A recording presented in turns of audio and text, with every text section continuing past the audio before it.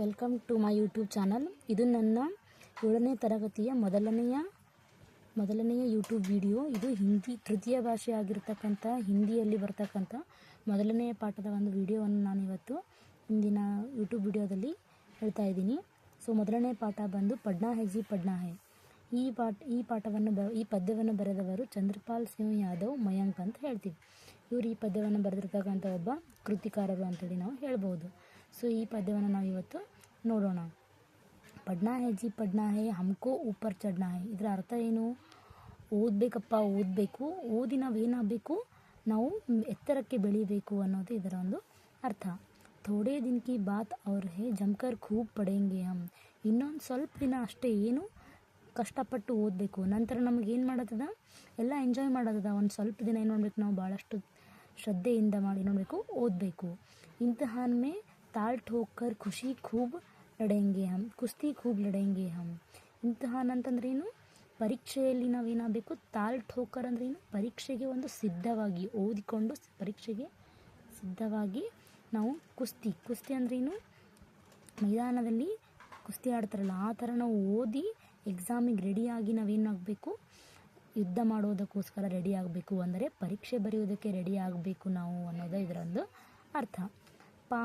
Pass ಇಮ್ತಿಹಾನ್ ಕರ್ನಾ ಹೈ ಪಡ್ನಾ ಹೈ ಜಿ ಪಡ್ನಾ ಹೈ.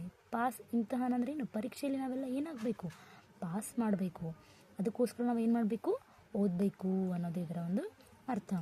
ಫಿರ್ ಗರ್ಮಿ ಕಿ ಚುಟ್ಟಿ ಹೋಗಿ ಹೋಂಗೆ ಮೋಜ್ ಮಜೆ ಕೆ ದಿನ.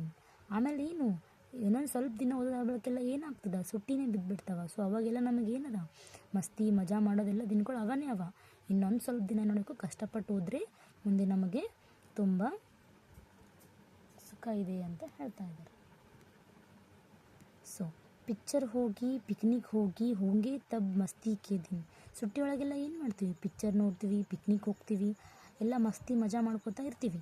ಸೊ ಈ ಒಂದು ಎಕ್ಸಾಮ್ ಅಂತ ಮುಗಿದ ತಕ್ಷಣ ನಮಗೆಲ್ಲ ಏನದ, ಮಜಾ ಮಾಡೋದೇ ಅದ ಅಂತ ಹೇಳಿದ್ರ ಅರ್ಥ.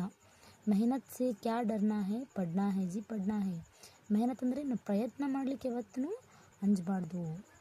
ನಾವು ಅಂಜಿದ್ರೆ ಏನೂ ಆಗಂಗಿಲ್ಲ. ಸೊ ಪಡ್ನಾ ಹೈ ಜಿ ಪಡ್ನಾ ಹೈ, ಪ್ರಯತ್ನಕ್ಕೋಸ್ಕರ ಎಂದೂ ಅಂಜಬಾರ್ದು, ನೀವು ಪ್ರಯತ್ನ ಮಾಡ್ಕೊತಾನೆ ಇರಬೇಕು. ಸೊ ಅದಕ್ಕೋಸ್ಕರ ನಿಮಗೆ ಓದಬೇಕು, ನಾವು ಓದಬೇಕು ಅಂತ ಹೇಳ್ತಾ ಇದ್ದಾರೆ.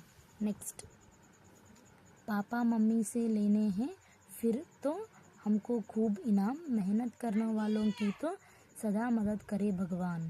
ಏನಂತ, ಪಪ್ಪ ಮಮ್ಮಿಲಿಂದ ನಾವು ಏನು ತೊಗೋಬೇಕು, ಪರೀಕ್ಷೆಯಲ್ಲಿ ಪಾಸ್ ಆದರೆ ನಮಗೆ ಏನು ಕೊಡ್ತಾರೆ, ಈಗ ಅಂತಿರ್ತಾರಲ್ಲ ಮನೆ ಒಳಗೆ, ಪರೀಕ್ಷೆಯಲ್ಲಿ ಪಾಸ್ ಆದರೆ ಅಂದ್ರೆ ನಾವು ಗಿಫ್ಟ್ ಕೊಡ್ತೀವಿ, ಸೈಕಲ್ ಇಸ್ಕೊಡ್ತೀವಿ, ವಾಚ್ ಇಸ್ಕೊಡ್ತೀವಿ ಅಂತೇಳಿ.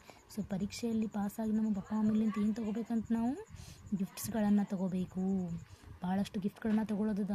ಸೊ ಮೆಹನತ್ ಕರ್ನೆ ವಾಲೋಂ ಕಿ ಸದಾ ಮದದ್ ಕರೆ ಭಗವಾನ್ ಅಂದ್ರೆ ಏನು, ಯಾವತ್ತು ಕಷ್ಟಪಟ್ಟು ದುಡಿಯೋರಿಗೆ, ಕಷ್ಟಪಟ್ಟು ಓದೋರಿಗೆ ದೇವ್ರು ಯಾವತ್ತು ಏನು ಮಾಡ್ತಾನಂತ, ಮದದ್ ಅಂದ್ರೆ ಏನು, ಹೆಲ್ಪ್ ಮಾಡ್ತಾನ ಅಂತ ಅರ್ಥ. ಸೊ ದೇವ್ರು ನಿಮ್ಮ ಹಿಂದೆ ಯಾವಾಗೂ ಇದ್ದೇ ಇರ್ತಾನೆ. ನೀವು ಜಸ್ಟ್ ಏನು ಮಾಡ್ಬೇಕು, ನೀವು ಕಷ್ಟಪಟ್ಟು ಓದಬೇಕು ಅಂತ ಇದ್ರ ಅರ್ಥ. ಜೀವನ್ ಪಥ್ ಪರ್ ಬಡ್ನಾ ಹೈ ಪಡ್ನಾ ಹೈ ಜಿ ಪಡ್ನಾ ಹೈ. ಜೀವನದ ದಾರಿಯಲ್ಲಿ ನಾವು ಏನು ಮಾಡಬೇಕು, ನಮಗೆ ಭಾಳಷ್ಟು ಎತ್ತರ ಸ್ಥಾನದಲ್ಲಿ ಹೋಗೋದಿದೆ, ಭಾಳಷ್ಟು ಮುಂದೆ ಹೋಗೋದಿದೆ.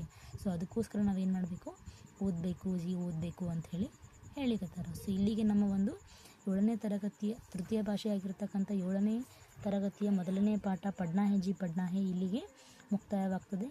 ಇದರ ಒಂದು ಕ್ವಶನ್ ಆನ್ಸರ್ಸ್ಗಳನ್ನು ನಾನು ಮುಂದಿನ ವಿಡಿಯೋದಲ್ಲಿ ಹೇಳ್ತೀನಿ. ಇಲ್ಲಿಗೆ ಈ ಚಾನಲನ್ನು ಸಬ್ಸ್ಕ್ರೈಬ್ ಮಾಡಿ, ಶೇರ್ ಮಾಡಿ. Thank you.